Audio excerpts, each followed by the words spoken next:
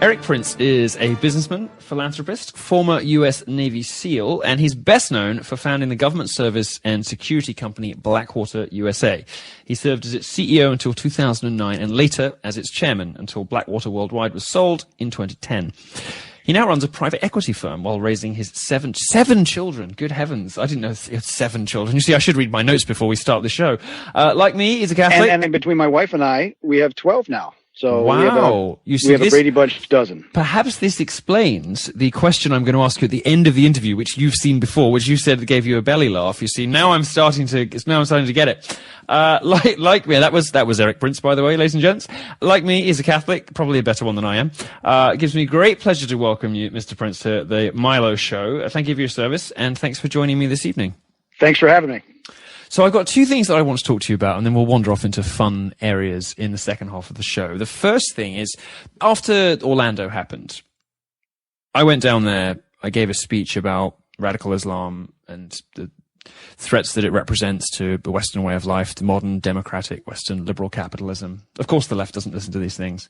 But even among conservatives, I felt this sort of a sense of complete panic and confusion and befuddlement.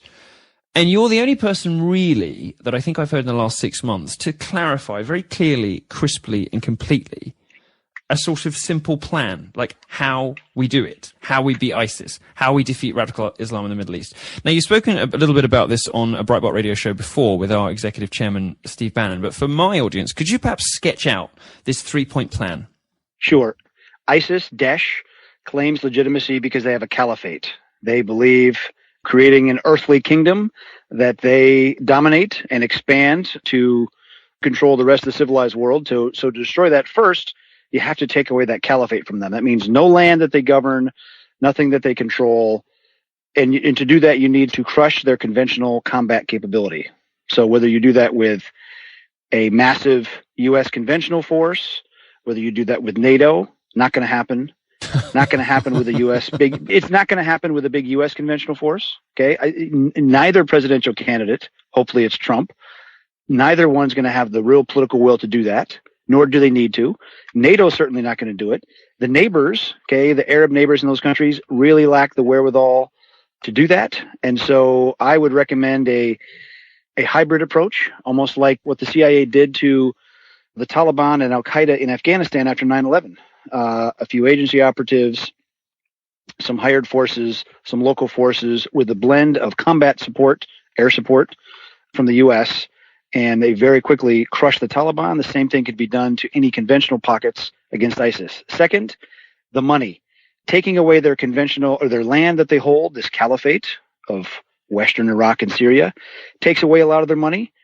Not making money on oil, artifacts, hostage taking, and extortion that they do now, but they would still get funding from some radical Islamists, billionaire jihadists, if you will. And I recommend a Phoenix program to do that. Phoenix this program is the Vietnam thing, right? It was a controversial but very effective root canal against the Viet Cong, the communist insurgency in Vietnam, and it ended them as a force. And so doing that with a target kill capture program to stop the money.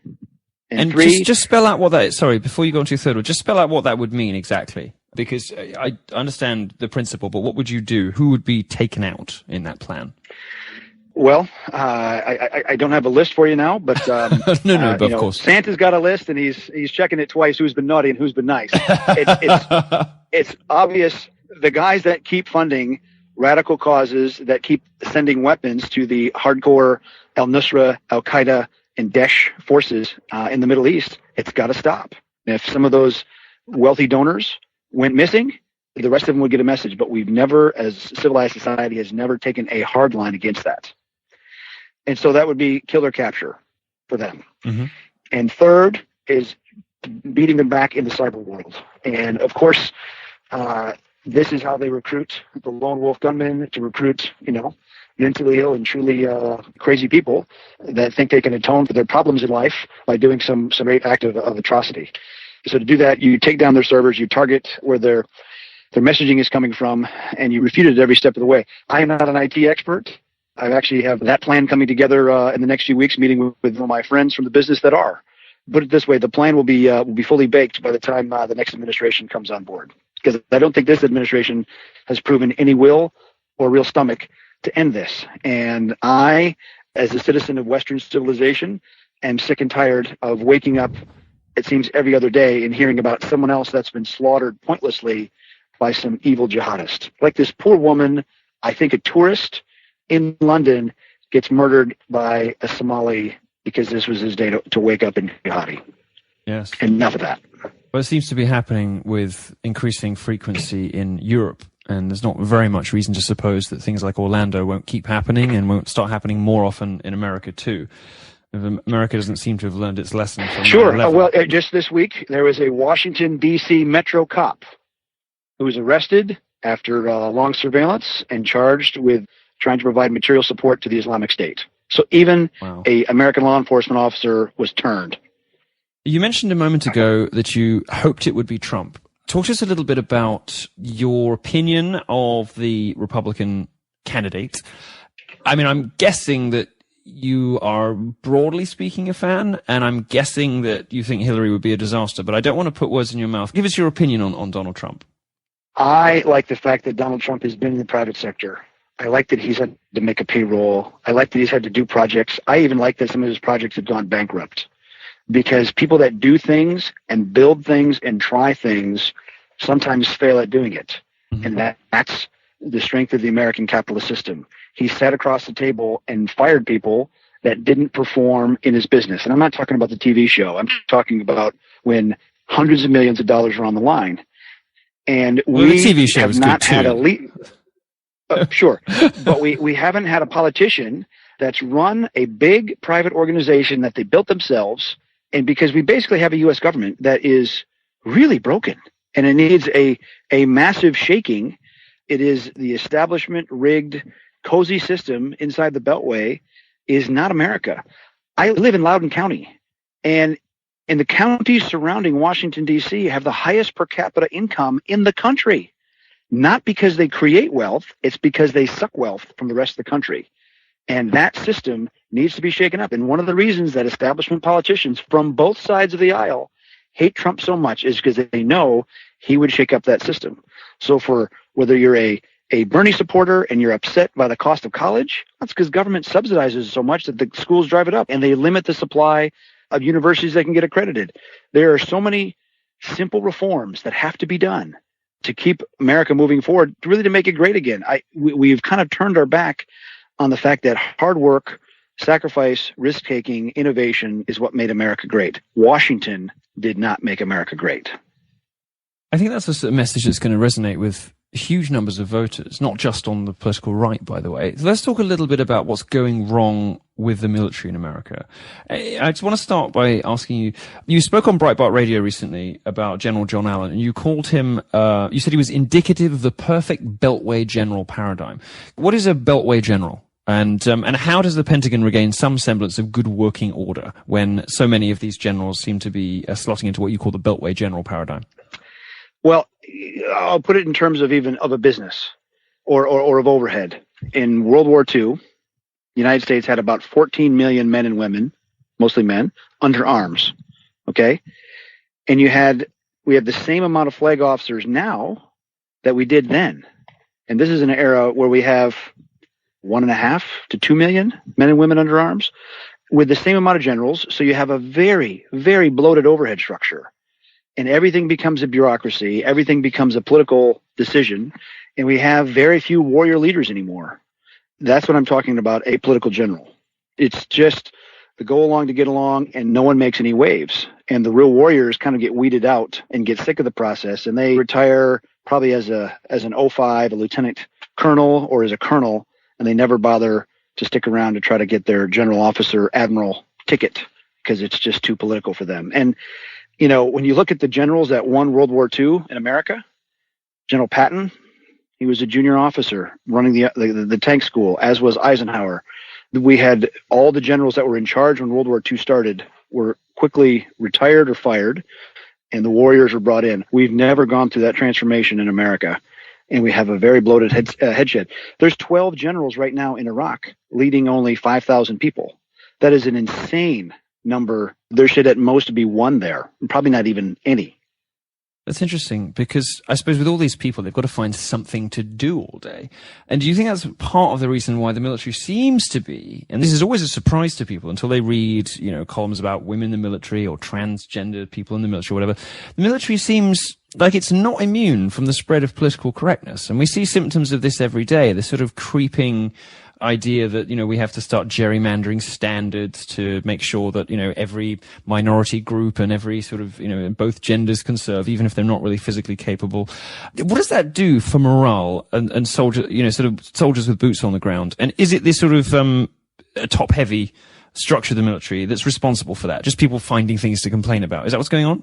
It's a top heaviness, which causes, you're right. It causes people to look for things to do and look for ways to make themselves appear relevant. Even if they're just a nuisance. Well, they can be, and they can just be dumb things.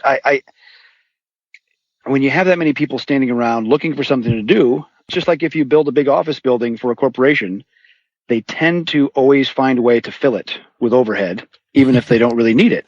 When I built Blackwater and we had a headquarters building, it was way bigger than we needed. And we literally roped off parts of the building that people could not go in and not put desks in to literally physically constrain the growth of overhead. That doesn't happen in the Pentagon. And so when you think about it, we've spent $9 trillion as a country since 9/11. $9 trillion in defense. It's incredible. And we see this in the UK too. You've got sort of 70,000 people in the British military who work in procurement. The vast numbers of people. I'm not sure even the US has that many working in, people who manage people, who manage people, who manage people, who decide where to buy staplers from. The outgoing SecDef, Bob Gates, he did a study and found that there was 30 layers between him and an action officer that could make a decision in the field. 30. It's incredible bureaucracy, especially in a time of video conferencing, all kinds of secure communications you can do, or instantaneous communications, versus World War II when it was telegraph and HF radios. So, yes, when you throw a lot of money, hundreds of billions of dollars at an organization, if you never put it on a diet, it gets bloated. Look, I run triathlons from time to time. I'm not the lightest guy. I qualify in the Clydesdale division. I know the triathlon would go way better for me if I weighed 40 pounds less. Same for the Pentagon. You could actually get more defense, more capability if you spent less and forced some fiscal discipline on the organization. Would you also, and I have to ask you directly about this because it's such a big topic at the moment, would you also want to resist some of the interference, some of the pandering and some of the sort of gerrymandering that's happening in combat units to get women and even transgender people involved in the front lines? What's your broad assessment of the sort of women in combat debate? Because you hear a lot of vets say, look, we tried this, it doesn't work. It destroys morale. Women aren't strong enough. They end up having to be protected. The men stop paying attention to what they're doing. There's so many negative outcomes here, and it's being foisted on us by generals who've never seen combat or haven't done for 30 years. And standards are either being overlooked or lowered to get people in the field to effectively put the whole unit at risk. What's your view on that? And people will say, if I just give my opinion, they say, well, you're a guy and you're a misogynist or whatever. And then I'd say, okay, look at the science. And the Marine Corps actually did a very thorough job of collecting the science. They put sensors on a whole unit of all females, all males, and a mixed unit, and they put them on a 90-day exercise out in, I think in California, a simulated combat field exercise. Right. It's a long time. 90 days is enough to get some data, right? You bet. And so they measured heart rate, movement, how much they carried, an artillery shell, a backpack, climbing up a hill, whatever. And they found significant unit underperformance compared to the all-male unit. If we have a Marine Corps that is there to wage war and win and not worry about everyone feeling good about the outcome because they might have been excluded because they just weren't strong enough, as a society, we have to really debate that. Do we want an effective military or do we want a politically happy, correct one? from my point of view, there's also a sort of moral and social question here. I mean, it strikes me, you may have a different view on this, but it just strikes me as intrinsically horrifying. What kind of society we have turned ourselves into, where we expect our women to, to go on the front lines. We're sending a message that we think that women, that we ought to hold on a pedestal and provide for and protect and worship and love. We're throwing them into combat. I mean, correct. Is chivalry that dead? Really? I mean, I don't know whether it's just me. I'm glad you think so too, but so many people say, in the age of rigidly enforced gender equality, when people get upset about door holding and all sorts of ridiculous things like that, the idea that we would send a message that we're perfectly happy hurling women onto the front line strikes me as slightly appalling. When you look at the thousands of wounded vets that have come back from Iraq, Afghanistan, the vast majority of those are males. Would American society be ready for half of them to be females? I don't think so.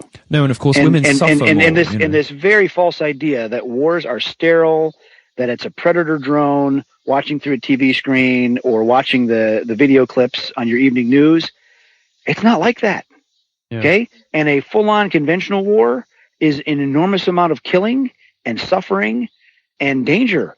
And again, the sad thing is, the lame politicians that make those decisions, it's not their daughters that they're sending anyway. And that's the real hypocrisy of it all. And if you care about women, as anybody with a shred of decency and chivalry and integrity ought to, of course, the data, as you correctly say, look at the data. The data shows that women simply don't cope as well with the aftermath of war. The trauma, the PTSD hits them harder. Is that right? Sure, but I'm talking about the conduct of war. Of course. I mean, as a nation, the most important thing you got to worry about is how do we not lose that war? We must win, okay? And making that a secondary consideration to political correctness is societal suicide. After the break, we will return with Erik Prince to talk about Donald Trump, of course, a little bit about Blackwater, and one last mischievous question that it's been demanded by my researchers that I ask you. We'll be back after these messages. Our friends at TrueCar have been selling so many cars thanks to the Milo show that I think they may be close to opening TrueJet, finally allowing me to purchase a sponsor's product. But until then, my beloved audience can continue to utilize TrueCar. You may not know that using TrueCar can also help you buy a used car. In fact, there are over 500,000 pre-owned vehicles available from TrueCar certified dealers nationwide. Whether you're looking to buy new or used, you can get upfront pricing information that empowers consumers, discounts off the list price for used cars, and a better buying experience through our TrueCar certified dealer network. You'll see what other people paid for the car you want, so you'll know what a fair price is and feel confident about your buying decision. With TrueCar, you can connect with a local certified dealer of your choosing, so you can enjoy a quick, easy buying experience. And using the TrueCar website or the TrueCar app, you can easily find the new or used car you want. When you're ready to buy a new or a used car, visit TrueCar.com or download the TrueCar app to enjoy a better car buying experience. Some features are not available in all states. I had a brilliant thought this morning, which is, what could be more obscene than having a commercial for Milo during the Milo podcast read out by Milo? And as everyone knows, obscene ideas are the best ones. So here goes. I'd like to take a few minutes to tell you about the new sponsor we have on the show. It's not really a sponsor. It's just me talking about what I want during my own show. Which is that sponsor, that product is me and my online shop, Swag by Milo. Swag by Milo features a constantly updated lineup of Milo merchandise, perfect for expressing your willingness to stand up to political correctness, not to mention your devotion to me, which I treasure more than the money, to be honest. In fact, since I'm on the subject, the money doesn't come to me at all. We do spend some remunerating our designers and our tech team, but the rest goes to the Milo Yiannopoulos Privilege Grant, which is a scholarship fund for young white males looking to go to college who are struggling to put the money together. Lots of news coming about the Privilege Grant this year. I've been hugely busy being famous, successful, popular, and fabulous, but there's plenty of news coming about the Privilege Grant soon, so stand by for a future show to hear more about that. I think actually that the Swag by Milo store deserves a full podcast to guide you through the amazing selections, but I'll just point out a few of my current favorites. Nothing will infuriate the leftists in your life more than a Feminism is Cancer t-shirt, our best-selling item available for men and women. If you have a social justice warrior in your family, your dad might love a Stop Being a Feminist hoodie, which is part of our 7 Deadly Sins collection. I think it's Stop Being a Feminist, Stop being a cuck. Stop being fat. Stop being ugly. Stop being a globalist. And I can't remember what the other two are, but they're all great. We have accessories too, iPhone cases, and a Milo pillow, so you can take me to bed with you. I can be close to you even while you sleep. Students preparing to return to school, it's time to order your Milo posters, coffee cups, and other gear to guard you against the brainwashing you're sure to experience. Let me tell you, pulling out a bit of Milo swag in college during a gender studies lecture is the most fun you'll have all semester. One special announcement. There are no children's items available on Swag by Milo because I really hate kids. After this podcast, or during it if you want to be one of my most favoured acolytes, you can visit swagbymilo.com and pick up the latest Milo gear, all of which goes to a good cause. And not just a good cause, but a cause that winds up the bad people more than anything else. It's the podcast with political analysis as rigorous as my daily hair care routine. Welcome back to the Milo Yiannopoulos Show on Podcast 1. We're back. I'm with Erik Prince, the founder of Blackwater and now the head of a private equity firm. We spoke before the break about some of the problems with the American military and, of course, your three-point plan to defeat ISIS. I'd like to go back, if I can, a little in time and ask you about your earlier career. What motivated you to start Blackwater? Now, Blackwater has had a controversial reputation, largely, it seems to me, because you've taken the hits that ought to have been laid at the feet of the US military. You've provided training to the armed forces for special operations. You've done a lot of wonderful things, although, of course, universities and the mainstream media love to crap on your legacy. But tell us about why you started Blackwater in the first place. What was it you saw going wrong, and what were you trying to fix? After college, I joined the Navy, and I became a SEAL officer. And being in the SEAL teams was a fantastic job. I would even characterize it as the greatest job in the world.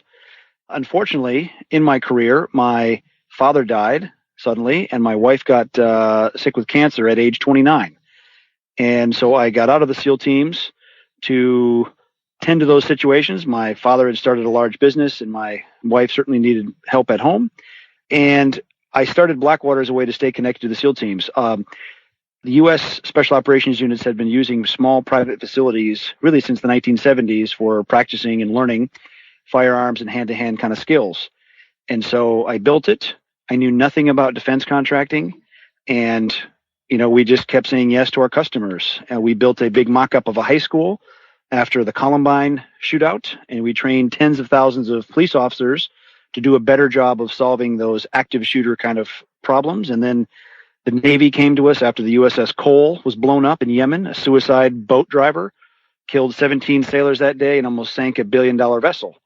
And then 9/11 happens, and a lot of our same government customers needed help. At that point, we were already the largest private training center for weapons and tactics in the world. And they pulled us along with them, and we did more training and security and into aviation. We went from 0 to 73 aircraft in 6 years. We did 100,000 missions for the State Department, providing security for all the diplomats and visiting members of Congress. And no one under our care was ever killed or injured. And, the company really got roasted over the plate tectonics of left versus right. The anti-war left didn't like or was very frustrated by the war in Iraq. And in the Vietnam War, the anti-war left went after the active duty soldiers. It was a draft then. Yeah. And this time they went after contractors. And I was the sole owner. I was a former Navy SEAL. Our guys carried weapons. It was the largest facility of its kind. So you really got it in the neck. Very easy to mislabel us. Like there was this private army and all the rest. And it's just nonsense. I hired professionals who were veterans that had served America before professionally. And we gave them additional training and screening and support and sent them out to do a difficult and dangerous job for the U.S. government. So the U.S. military didn't have to, because the U.S. military was busy doing other things. And here's the thing for people that hate the idea of contractors or hate the idea of that kind of work overseas. The fact is 70% of the American people, American youth of military age 18 to 27, the typical enlistment ages, are not even qualified to enlist in the forces because they're overweight, they have a drug problem, they have a crime problem, or they've had excessive tattoos. So this idea of contracting out for specialty services for the U.S. military, it's as old as history. I wrote about it in my book, Civilian Warriors. There's an entire chapter on the history of battlefield contractors. Literally, the country was started by them. So this is nothing new. and coming back in a much bigger way now because, as we just talked about, the U.S. military has mastered the most expensive way to wage war. And the U.S. military is absolutely perfect and equipped and organized to do big state-on-state combat. But to fight against little cells of bad guys driving around in a Toyota pickup truck in the desert, you don't need a mechanized infantry brigade to do that. That costs, $1 billion a year to field. That's where the private sector can come in. Just like FedEx or UPS is far more nimble and reliable sometimes than a bloated organization like the Postal Service. You want the speed of the free market and private innovation to help keep America adapting and innovating to try to stay ahead of the terrorist insurgent threat. Let me ask you a personal question, if I can. How much did this sort of demonization of Blackwater and of you personally affect you? You seem like quite a resilient kind of guy, but at some point it's got to get to you, and you have children to think about. Did it ever start to really negatively affect your life, or have you always been able to shrug it off? My father was very successful. I never had to work. I mean, there's a scene there's a story I tell in my book where a guy in my platoon, this is after my wife died, and I was quickly leaving a week of training that we had out west in Nevada, and the guys dropped me off at this small airport, and I asked them not to come in as I get my bags. Like, no, Mr. P, we got you. We'll bring your bags in. And I come in the airport, and there's two guys in uniforms. They, hey, Erik, how are you? And my mom sent the private jet out to get me. And I'd kept all of that. I'd kept all of that secret, and I was blown. My cover was blown right there. And So, look, I didn't start Blackwater as a capitalist, warmongering, war profiteering endeavor. I started as a way to stay connected to the SEAL teams, a unit I loved, a job I loved. We ran hard and fast. I plowed every dollar the business made back into it to serve our government customer that, Lord knows, they needed it. We went from 1 aircraft to 73 in 6 years. I bought every one of those things. Yeah. So they're not cheap. No. 3 of them were shot down in combat. Some were damaged by a rocket and artillery fire. It does bother you after a while. And that's ultimately why I sold it, because when we went from supporting and serving, and if you read my book, we really laid everything out there, including for the intelligence community, and then to be vilified by the left, it just it sucks. And I try to let all that go. I have very thick skin on my back, but whatever nonsense and insult and injury I carry around, it pales in comparison to the guys that have lost eyes and limbs and their health, or their marriages, or certainly their lives. Let me move on to ask you about the subject everybody wants to talk about for the next few months, and is, of course, the election, Donald Trump.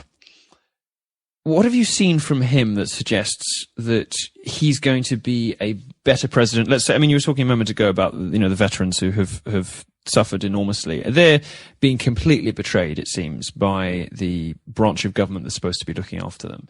Have you seen anything from Donald Trump that suggests that he might work that out better? And are you worried at all that he might, his bellicose manner might translate into excessive aggressiveness overseas? I would characterize the excessive bellicosity, if that's a word. It is. That is the word. I'd say that's mostly showmanship. Okay. Right. Yeah. It all dials back to he's built and run a successful business, and he's produced some great kids. He's produced some very good-looking children. Bad guy doesn't produce great kids. And what does the Bible say? By your fruits you will know them. Hey, he's produced some pretty squared away kids. They're productive, hardworking, value-adding to society people. And he's definitely not a politician. He says what's on his mind, unvarnished. And people are not used to that. And so if people want America to continue on the same negative trend that we've been on for the last couple of decades, then vote for Hillary Clinton. But if you actually want to change things and take power away from a centralized, bloated, and elite-serving government, then vote for Donald Trump. It's a pretty clear choice. And if America doesn't change this trajectory that we're on. I mean, look, we're $20 trillion in debt. And that's a debt we pile onto our kids and generation.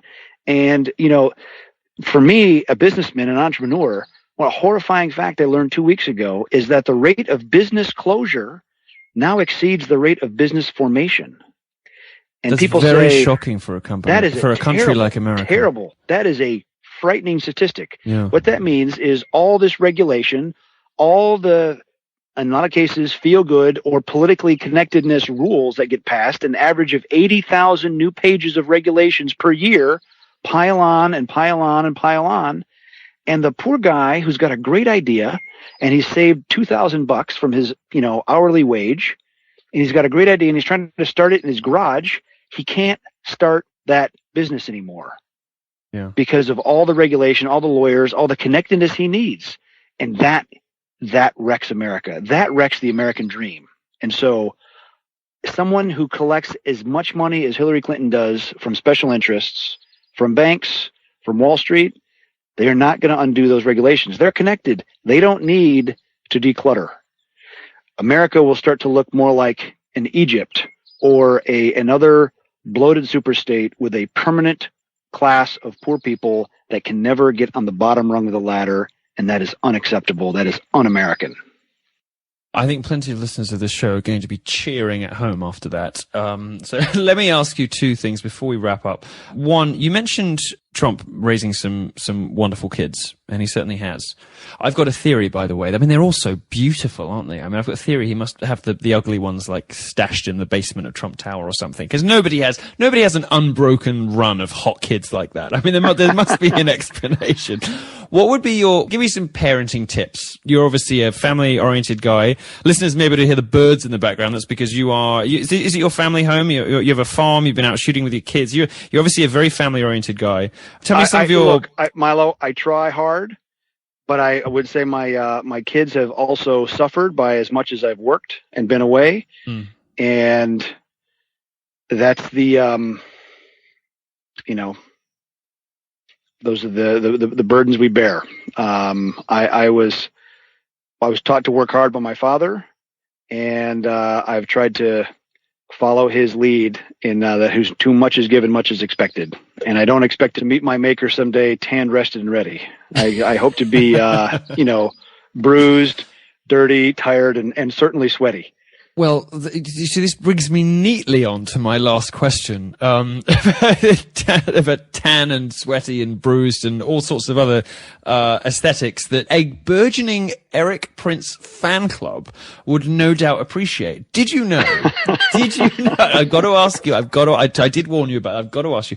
Did you know I threw a Gays for Trump party during the RNC?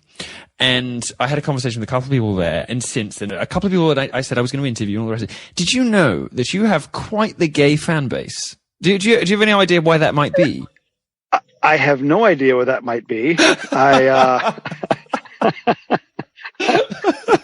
I mean, it's these words tumble out of your mouth that sound like they're directly from the casting call for a gay softcore movie. They're sort of like this battered and bruised and maybe tanned. I don't know. Maybe it's the short hair. I don't know. No, it's very true. Well, listen, if nothing else, I'm happy to have introduced you to, I'm sure, something that you did, a branch of your fandom that you probably didn't know before today. I would love to get them all a Blackwater t-shirt.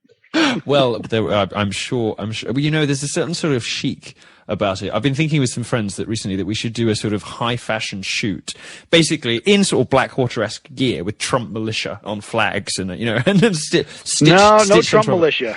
But here's the thing. I have to give you one cool story.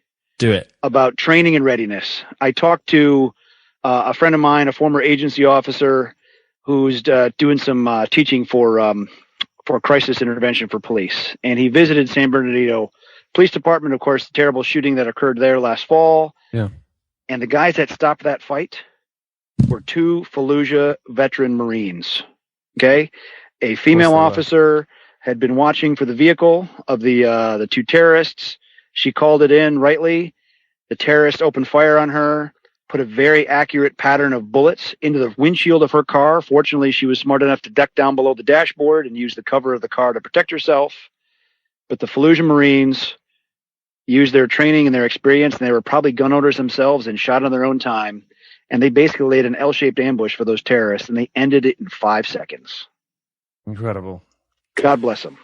God bless him indeed, and thank you so much for joining us. It's been such a fascinating interview. It's been one of my favorite shows ever, and I know people are going to love it. So thank you so much. I'm sorry. Right. I'm sorry to have ended on a moment of enforced awkwardness, but that's kind of where I live. Hey, look, if they want to read the rest of the story, they should read Civilian Warriors. It's a good book, and it's an easy read. Perfect.